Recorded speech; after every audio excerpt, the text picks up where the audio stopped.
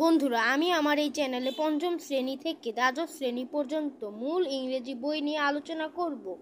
আপনারা চাইলে চ্যানেলটি সাবস্ক্রাইব করে আমার এই ছোট্ট পরিবারের একজন সদস্য হতে পারেন, যাতে পরবর্তী ভিডিও আপলোড করার সাথে সাথে আপনি সবার আগে নোটিফিকেশন পেয়ে যান।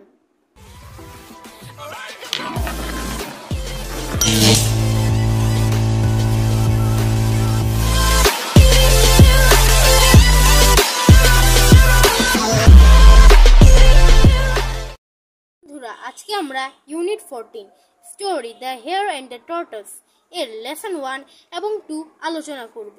আজকে আমরা এই লেসনগুলো সম্পূর্ণভাবে আলোচনা করার চেষ্টা করব। তো প্রথমে লেখা আছে লিসেন অ্যান্ড রিড, শোনো এবং পড়ো। One day a hare was walking in the forest when he saw a tortoise. একদা, মানে এখানে একদা বলা হয়েছে, ওয়ান ডে মেতে একদিনও বলা যায়, কিন্তু এখানে যেহেতু গল্পের শুরুতে বলেছে তাই এটাকে আমরা একদা বলেই ধরবো। এ হেয়ার ওয়াজ ওয়াকিং, এই ওয়াকিং ওটা হাঁটছিল, মানে এখানে যেটা ওয়ার্ডসের কারণে এখানে হাঁটছিল হবে, আর এটা যেহেতু আমাদের কন্টিনিউয়াস টেন্সের মধ্যে আছে তাই এখানে আইএনজি দেওয়া হয়েছে। In the forest when he saw a tortoise, যখন সে বনে হাঁটছিল তখন সে একটি কচ্ছপকে দেখতে পেরেছে। এটি হলো পাস্ট কন্টিনিউয়াস টেন্স। তারপরে আছে the hare was the fastest animal in the forest. খরগোশটি ছিল মানে আমাদের সম্পূর্ণ বন, এখানে ফরেস্ট মানে বন, এই বন মানে এখানে সম্পূর্ণ বনকে বোঝানো হয়েছে, সম্পূর্ণ বনের সবচেয়ে দ্রুতগামী প্রাণী। The tortoise was the slowest animal in the forest. কচ্ছপটি ছিল সমগ্র বনের সবচেয়ে ধীরগতি প্রাণী। The hare called out to the tortoise. The hareটি মানে খরগোশটি কচ্ছপটিকে বলল, হারি আপ, তাড়াতাড়ি করো। You are so slow, তুমি খুব ধীর। Cannot you walk faster? Cannot you run? তুমি কি মানে দ্রুত গতিতে হাঁটতে পারো না? তুমি কি দৌড়াতে পারো না? তাই এখানে হারি আপ মানে এটাকে এক্সক্লেমেটরি সাইন। তো তারপর বললো দ্য টর্টস ফেল্ট অ্যাংরি, মানে কচ্ছপটি খুবই রাগান্বিত হলো। অ্যান্ড সেড, এবং বলল টু দ্য হেয়ার, খরগোশটিকে, why don't we have a race, কেননা আমাদের মধ্যে একটি রেস হয়ে যাক, মানে এটা শতাব্দী, তাই প্রশ্ন করলো এখানে মেবি আই ক্যান উইন, হয়তো বা আমি জিততে পারি। এই কথার প্রতিরোধে আবার খরগোশটি বলল the hare laughed and laughed, খরগোশটি হাসতেছিল এবং হাসতেছিল। লাফড এখানে পাস্ট টেন্স, যেহেতু গোড়া আমাদের প্যাসেজে পাস্ট টেন্স, মানে এটা অনেক একদা, যেহেতু প্রথমে একদা দিতে তাই আমরা বুঝতে হবে কি আমাদের গোটা সমগ্র গল্পে আমরা পাস্ট টেন্সকে ফেস করব, এটা হলো, তাই এখানে ইডি যোগ করেছে। Sure I will win, the hare laughed and laughed, খরগোশটি হাসছিল এবং হাসছিল, বলল অবশ্যই আমি জিতবো। দ্য হেয়ার সেড, খরগোশটি বলল they agreed to start next to a big tree and finish at the river. তারা দুজনে সম্মতি দিল একটা রেস শুরু করার জন্য, to start next to a big tree, মানে একটা বড় গাছের পাশে শুরু করবে এবং শেষ হবে কোনখানে, একটা নদীর ধারে। দেন দে কল দেয়ার ফ্রেন্ডস, তারপর তারা তাদের বন্ধুকে ডাকলো। তাদের বন্ধুরা মানে হলো এখানে আপনারা দেখছেন কাঠবিড়ালি, সাপ, এসব মানে এসব বনের অন্যান্য প্রাণীরা।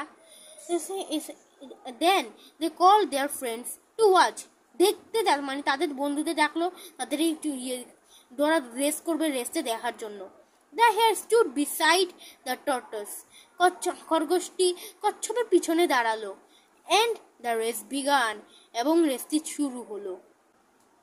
বন্ধুরা, এখন আমরা এর পরের লেসন 2-তে আছি, এটাও হলো ইউনিট 14-এরই। আপনাদের বলে রাখি এখন আমরা ওই রেসের সম্পর্কে একটু ভালোভাবে জানবো এই লেসনটিতে। কথা না বলে শুরু করা যাক। দ্য হেয়ার রেন কুইকলি, খরগোশটি খুব দ্রুত গতিতে ছুটলো।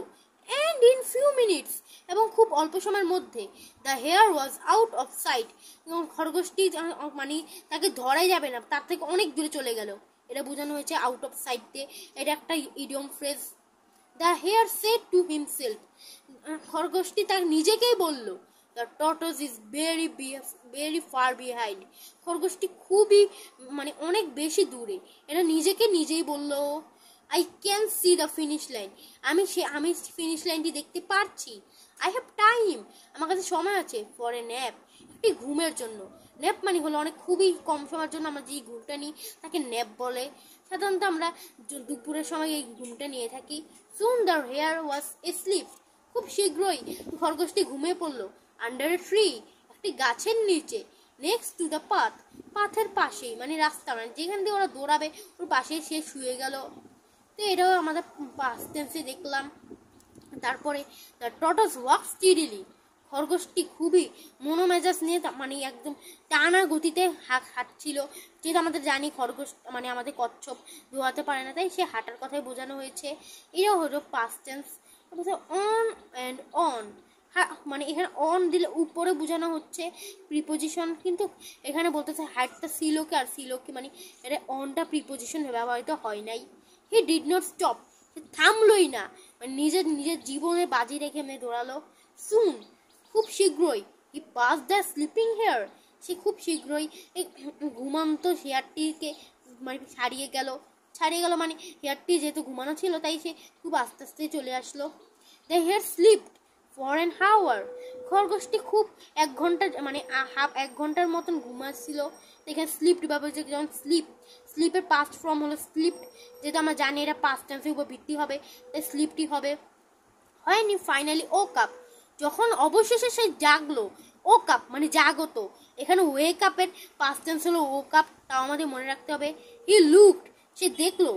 এট দ্য ফিনিশ লাইনে he could not believe his eyes, সে নিজের চোখকে বিশ্বাস করতে পারছিল না। Tortoise was almost at the finish line, কচ্ছপটি প্রায় একদম ফিনিশ লাইনে পৌঁছে গেছে। The hare ran as fast as he could, মানে খরগোশটি এরা দেখে খুবই অতম্বম্ব হয়ে এলো যে এই কচ্ছপটি একেবারে ডাইরেক্ট ফিনিশ লাইনের সামনে পৌঁছে গেছে। তা দেখে খরগোশে খুব দ্রুত গতিতে দৌড়ালো। হি কুড, যে এতটুকু সে পারে, এখানে ক্যানের পাস্ট টেন্স কুড, বাট কিন্তু ইট ওয়াজ টু লেট, এটা খুবই দেরি হয়ে গেল।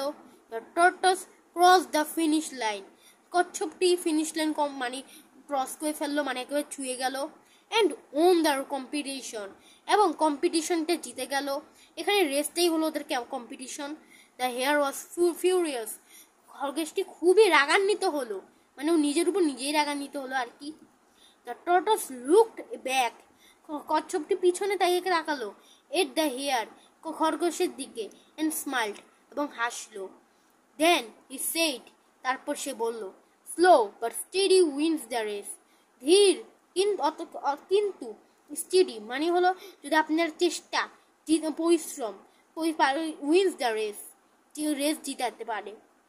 মানে এখানে ধীর গতি হলেও আপনারা যদি পরিশ্রমী হন তাহলে যে কোনো রেস জিততে পারে, তাই এখানে বুঝেছে। বন্ধুরা, এখন আমরা ইউনিট 14-এর এক্সারসাইজ কমপ্লিট করব। এটা হলো লেসন 3-4। আমি আগের থেকে এক্সারসাইজটা কমপ্লিট করে রেখেছি, আপনারা যদি চান তাহলে আমার থেকে দেখে নিতে পারেন। আমি আপনাদেরকে বাংলা অনুবাদটা বলে দিচ্ছি। প্রথম আছে রিড দ্য সেন্টেন্সগুলো পড়ো। কমপ্লিট দ্য কোশ্চেনটা কমপ্লিট করো। হোয়ার ওয়াজ দ্য হেয়ার ওয়াকিং, খরগোশটি কোথায় হাঁটছিল। মানে এখানে একটা প্রশ্ন, মানে প্রশ্নটা কমপ্লিট করতে আপনারা যদি WH ওয়ার্ড পড়ে থাকেন, এটা একটা WH ওয়ার্ড, মানে এগুলো আপনাদের পরীক্ষা আসার সম্ভাবনা 190%। এখানে আছে the hare was walking in the forest, খরগোশটি বনে হাঁটছিল। এটাকে এখন আমরা প্রশ্নতে রূপান্তরিত যদি করি তাহলে আপনার যেখানে প্রথমে হোয়ার আছে, তার মানে জায়গার নাম আমরা যেখানে জানি হোয়ার মানে জায়গা বুঝান রিপ্লেসমেন্ট করে, তাই এখানে ফরেস্ট আমাদের গুপ্ত, ফরেস্ট আমরা জানি না মূলটা। এখানে হবে ওয়াজ দ্য হেয়ার ওয়াকিং, মানে এখানে ওয়াজ ব্যবহৃত হয়েছে কেন, কারণ ওয়াজ হলো একটা অক্সিলারি ভার্ব, তাই এখানে ওয়াজ ব্যবহৃত হবে। বাকিটুকু আপনার সেন্টেন্স উড়াতে পারেন, যেমন দ্য হেয়ার ওয়াকিং, এটাকে আপনি উড়াইলাম কেমন, in the forest word replacement করলো, আর বাকিটুকু এরা রিপ্লেসমেন্ট করে দিল, তারপর শেষ। 2 নম্বরটা যদি আপনারা দেখেন তাহলে ও একই রকম, কিন্তু এখানে আমরা ডু ভার্বের ব্যবহার করেছি, কারণ এখানে কোনো অক্সিলারি ভার্ব নেই। হ্যাঁ মানলাম এখানে মেন ভার্ব আছে কিন্তু কোনো অক্সিলারি ভার্ব নেই, তাই আমরা এখানে ডু ভার্বের ব্যবহার করেছি। এখন আপনারা বলবেন ডু অথবা ডাজ না ব্যবহার করে আমি ডিড কেন ব্যবহার করলাম, কারণ এটা একটা পাস্ট টেন্স ভার্ব, তাই এর পাস্ট টেন্স যদি হয় তখন কোনো ভার্ব, তাইলে ডু এর পাস্ট টেন্স হবে ডিড, তাহলে ডিড বসবে। আর এটাকে এখন আমরা একদম প্রেজেন্ট টেন্স যদি করি তাহলে হবে সি, মানে বেস ফ্রম সি, আর এটা পাস্ট টেন্সের জন্য আমরা ডিড, এভাবে মিলে আমরা সেন্টেন্সটা বানালাম। এখন হোয়াট, এখানে হোয়াটটা বলছিল, হোয়াটটা টর্টসকে রিপ্লেসমেন্ট করছে, তাই এখানে আমরা টর্টস আর লিখলাম না, আপনারা বুঝে নেবেন। তারপর হচ্ছে হাউ, হাউ অর্থ কেমন, এটা আমরা অ্যাডভার্বের সাথে বলি সাধারণত, আর এখানে অ্যাডভার্ব স্লোলি, তাই আপনি বুঝতেই পারেন কি সহজেই স্লোলিটা এখানে গুপ্ত, তাই তাই হাউ এখানে ওয়াজ আমরা দিলাম, কারণ এখানে ওয়াজ ছিল মানে একটা অক্সিলারি ভার্ব যেহেতু আছে, তাই এক্সট্রা কোনো ডু ভার্ব এখানে যোগ করতে হবে না, এখানে ওয়াজটিকে আমরা বসে দিব। তারপর দ্য টর্টস ওয়াকিং, মানে কচ্ছপটি হাঁটছিল, এখন এখানে স্লোলি যেহেতু তাই স্লোলি বাদ, তারপর আমরা ওয়াজ বসালাম, তারপর বাকিটুকু সেন্টেন্স হলো দ্য টর্টস ওয়াকিং, ওই সেন্টেন্সটিকে আমরা যদি এখানে উঠিয়ে দিই তাহলে বাক্যটি কমপ্লিট। তারপর হলো এখানে আমরা দেখছি হোয়ার দেওয়া আছে, এবং হোয়ার মানে আপনি জানেন একটা জায়গা নির্দেশ করে, তা জায়গা নির্দেশ করলে এটা হবে টু এ বিগ ট্রি, এটা হবে একটা জায়গার নাম, মানে এটা বিগ ট্রির পাশের, তার মানে এখানে টু এ বিগ ট্রি হবে জায়গা। আর এখানে ডিড আমরা বসালাম এই আগের মতন, কারণ এখানে কোনো অক্সিলারি ভার্ব নেই, এখানে ইডি আছে মানে পাস্ট টেন্স, তাই পাস্ট টেন্সকে প্রেজেন্ট করে বসালাম এখানে, এবং বাকি সেন্টেন্স রিপ্লেস করলাম, এই সেন্টেন্সও কমপ্লিট।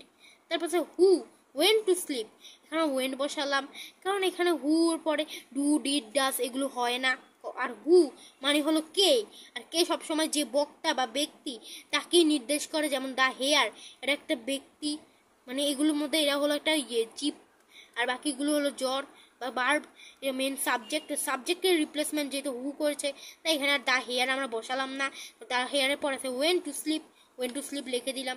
আপনারা যদি খেয়াল করবেন তাহলে যে কোনো শব্দের পরে যেসব শব্দ আমরা নিলাম, নেওয়ার পরবর্তী শব্দগুলো আমরা এক লাইন মতন বসাই, কারণ এটাই নিয়ম ডাব্লিউএইচ ওয়ার্ডের।